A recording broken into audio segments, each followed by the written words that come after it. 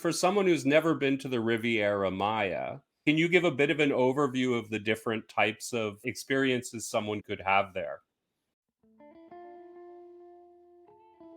Well, let's start with the Yucatan. When you arrive in Cancun, you have the Yucatan on the north side, which is Merida and Progreso. It's very conservative, it's very secure, it's very safe state. A lot of police. It's also very beautiful and undeveloped. It's also very hot in summer. Again, very hot, even hotter than here. Then you have Holbox, which is beautiful. It's a bit like Belize 20 years before. So you have the sand road, everybody on golf carts. You have sunrise, sunset, beautiful beach, which you don't have on the Riviera Maya because it's East Coast. You only have sunrise. Sunset, you can have it as well, but it's at the back, beyond the forest. So it's a little different experience. So Holbox is beautiful. Isla Cancun, up north, Playa Mujer is beautiful as well. It's a little different. If you go to Playa Mujer, Isla Mujer, and Holbox is it's quite commercial, quite busy, but also quite small. Some people love it, but some people complain because it's too much traffic. Kind of like Cancun. Cancun is very busy, but Cancun is a bit like Miami. So if you love Miami, but you cannot afford Miami, you go to Cancun, you got the same feel. It's obviously very Latino, but 30, maybe 40% cheaper. You have the high scale building by the water. You have the beautiful view of the oceans and the lagoon at the back. But also it's relatively more expensive than the rest. It's very built up, a lot of traffic. So it's very American Miami style. And then you follow the carretera, so the federal, you down the East Coast, you end up in Puerto Morelos. Puerto Morelos is beautiful.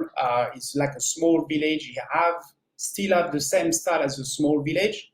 But it's very long. It's a long stretch. You have the north and the south of Puerto Morelos because it's the beach and it's the mangrove. So it's a long stretch. It's no many place to build up except if you go up north and go down south because there's no enough land, which basically means the price of real estate is very expensive. Not like Playa. Playa is but 30 minutes down Puerto Morelos, and Playa is much more built up, much more commercial. It's opposite Cozumel. It's busy, but you have both the local area, like Cancun, and obviously the very touristic area as well. I like Playa del Carmen because it's very international. You have obviously all the European restaurants and bars, and also American and Canadians and Quebecois as well.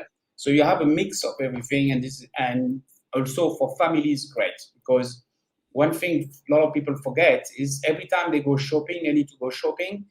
They often come to Playa because Playa has pretty much everything.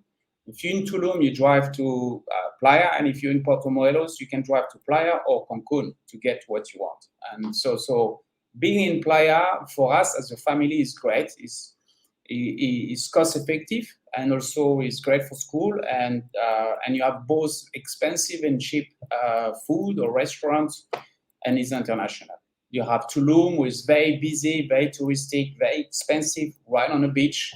Downtown is a little bit better, but also it's crazy, so much construction. It's incredible.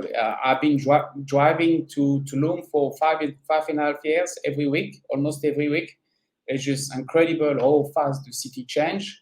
Every week you have a new road, you have new building, new project. Real estate is incredible. This is a little bit of issue with infrastructure because the city is growing too fast.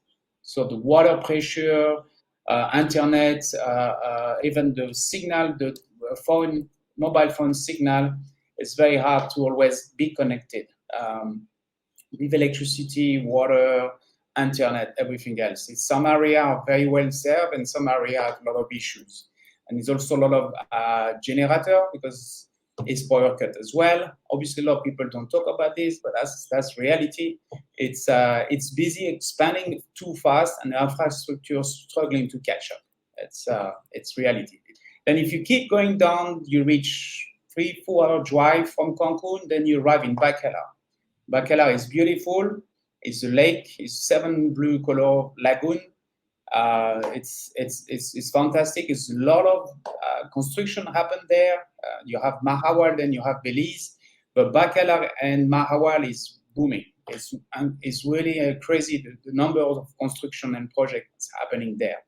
But it's still cheaper than Tulum or Playa del Carmen or Puerto Morelos because it's 4 hour away, 4 hour drive down south, and is a lot of land available, and it's not moving as fast as the rest of the Riviera Maya.